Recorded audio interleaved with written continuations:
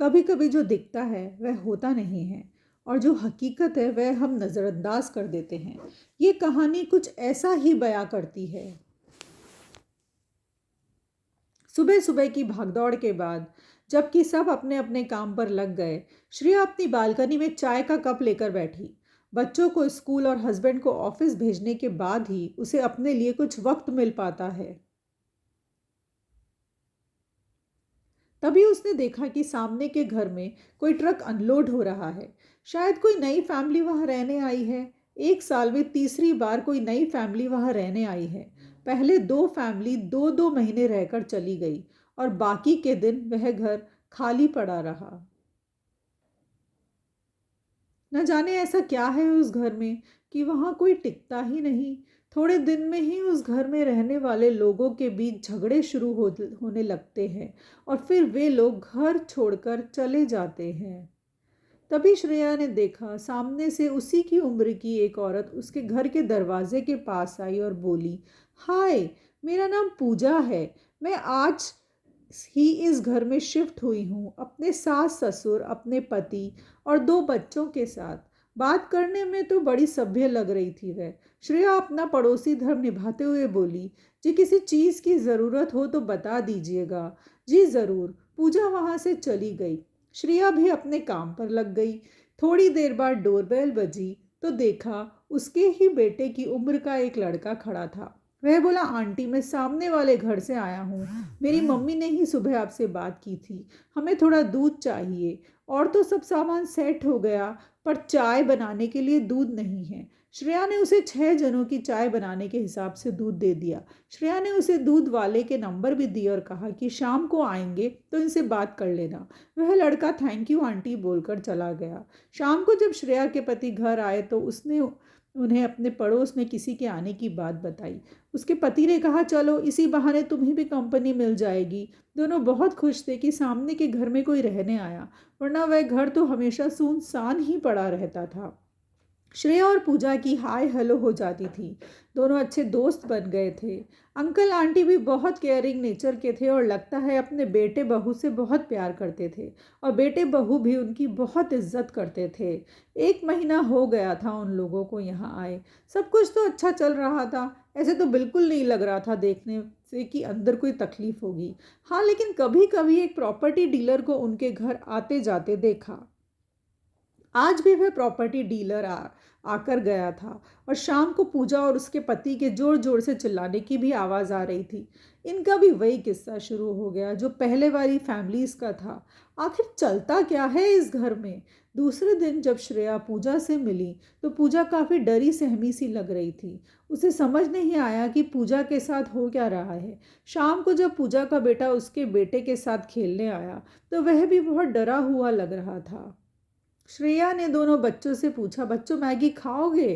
तो उसके बेटे ने हाँ में सर हिला दिया, पर पूजा के बेटे ने मना कर दिया और कहा, अब मैं घर जाता हूँ। तब श्रेया ने कहा, बेटा चले जाना, थोड़ी देर और खेल लो। तब वह बोला, नहीं आंटी, मुझे मम्मी ने अंधेरा होने से पहले घर आने को कहा है। और वह वहाँ से भाग गया। श्रेया को बड़ा अजीब लगा। तब उसने सोचा कि वह पूजा से बात करके पता लगाएगी कि आखिर वह बच्चों को अंधेरा होने से पहले घर क्यों बुला रही है। और हाँ, वैसे भी इन दोनों का घर तो आमने सामने ही है, तो डर की कोई बात नहीं है। शाम को श्रेया ने यह सारा मैटर अपने पति के साथ डिस्कस किया। उसका पति बोला कि हो सकता है पूजा अपने बच्चों को लेकर बहुत ज़्यादा प्रोटेक्टिव हो। तुम कुछ ज़्यादा ही सोच रही हो। ऐसी वैसी कोई बात नहीं होगी। श्रेया को लगा कि हाँ, वह कुछ ज़्यादा ही सोच रही है। सब कुछ ठीक ही होगा। ऐसा सोचकर वह सो गई।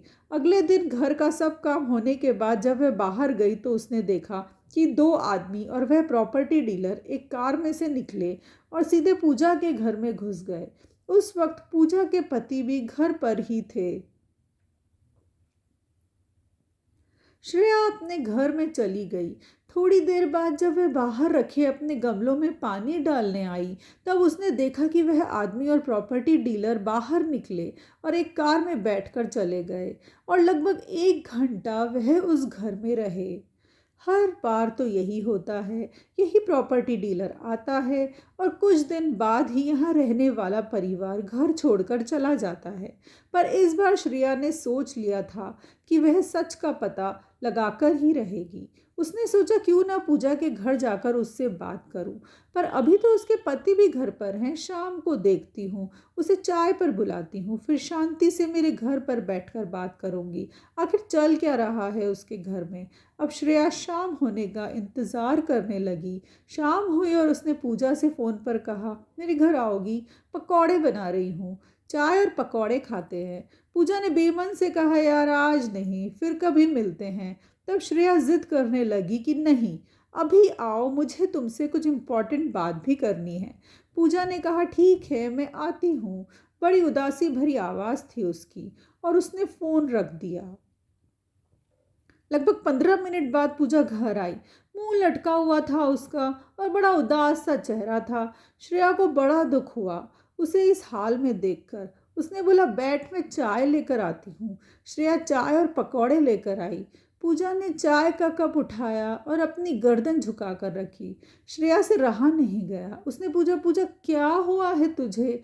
तू आई थी तो कितनी हंसमुख और मिलनसार थी, और अब देखो एकदम उदास सी रहती है और कटी कटी भी रहती है, बात ही नहीं करना चाहती। आखिर हुआ क्या है, प्लीज़ मुझे बता। पूजा ने कहा, कुछ नहीं यार, सब ठीक है। पूजा श्रेया से आंखें चुरा रही थी। तब श्रेया ने कहा, लगता है मुझसे कोई गलती हुई है, इस वजह से तू मुझे इग्नोर कर रही है। यह सुनकर पूजा फफक कर रो पड़ी और बोली, यार ऐसा कुछ भी नहीं है। श्रेया ने जोर देकर पूछा, बता क्या हुआ है।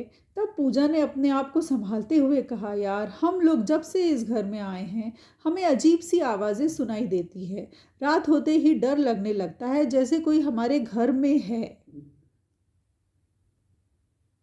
श्रेया स्तब्ध रह गई। क्या बात कर रही है? ऐसा कैसे हो सकता है? किस तरह की आवाज़ें आती है तुम लोगों को? तो पूजा ने कहा, कभी किसी के चलने की तो कभी किसी के गीत गाने की आवाज़ आती है हमें। फिर पूजा आगे बोली कि जिस प्रॉपर्टी डीलर से हमने घर खरीदा था, हमने उसे भी बताया कि इस घर में कुछ नेगेटिव एनर्जी है। तो प्रॉपर्टी डीलर बोला कि मैडम ऐसा तो कुछ भी नहीं है, आप लोगों को गलतफहमी होगी। वह हमारी बात ही नहीं मान रहा। पर अब हम लोग इस घर में नहीं रह सकते। हम इस घर को बेचना चाहते हैं और इस वजह से हमारे घर में बहुत बार झगड़े भी हो चुके हैं। यार हर दिन का क्लेश है। अब मैं इस घर में नहीं रहना चाहती। आखिर बच्चों पर भी तो बुरा असर पड़ रहा है और मेरे सास ससुर भी तो बुजुर्ग हैं। अगर उन्हें कुछ हो गया तो लोग क्या कहेंगे कि हमने उनका ध्यान नहीं रखा। तो यह बात है। अब श्रेया को सारी बात समझ आ चुकी थी। यह सारा करा धरा उस प्रॉपर्टी डीलर का है। श्रेया ने पूजा से कहा कि तेरे पहले भी दो परिवार रहने आए थे, उन दोनों के साथ भी शायद कुछ ऐसा ही हुआ होगा जिसकी वजह से उन्होंने यह घर बेच दिया। पूजा बोली कि मैं कुछ समझी नहीं, तू कहना क्या चाहती है। तब श्रेया ने कहा कि तू यह घर कितने में बेच रही है। तो पूजा बोली कि यार हम तो नुकसान में बेच रहे हैं, जितने का खरीदा था उसके आधी कीमत में हम यह घर बेचकर जा रहे हैं। श्रेया ने पूजा से कहा कि मत बेच इस घर को, तेरे घर में भूत वूत कुछ भी नहीं है। यह सब उस प्रॉपर्टी डीलर का ही किया कराया है।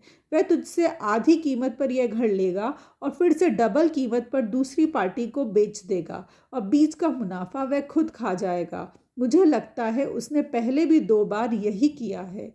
पूजा को श्रेया की बातों पर भरोसा नहीं हुआ। उसने कहा कि फिर वह जो रात को जोर जोर से चिल्लाने और गाने की आवाज़ें आती है, वह क्या? तब श्रेया ने कहा, हो सकता है कि वह प्रॉपर्टी डीलर ही सब करा रहा हो। तू मेरी बात मान, उस प्रॉपर्टी डीलर को बोल कि चाहे कुछ भी हो जाए, हम यह घर नहीं बेचेंगे।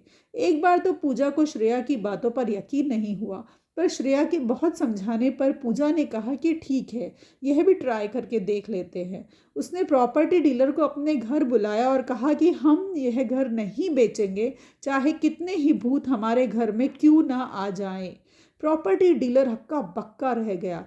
उसने जो सोचा था वह हो नहीं रहा था।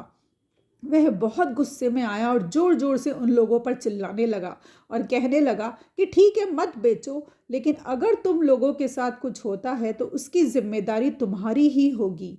उसकी यह बातें सुनकर पूजा और उसके पति को यकीन हो गया कि यह जिस तरह से हमें धमका रहा है, इस सारी करनी में इसी का हाथ है। इसी की यह सोची समझी साजिश है।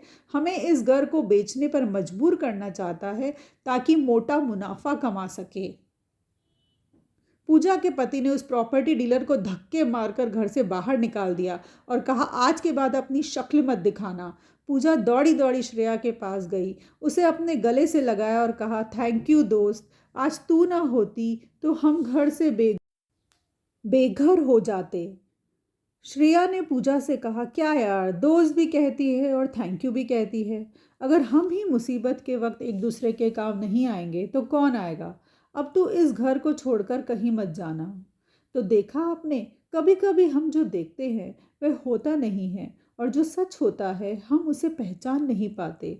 इस कहानी के बारे में आपकी क्या राय है, मुझे कमेंट बॉक्स में ज़रूर बताइए। और अगर आपको आज की कहानी पसंद आई तो प्लीज़ लाइक, शेयर और सब्सक्राइब ज़रूर कीजिए।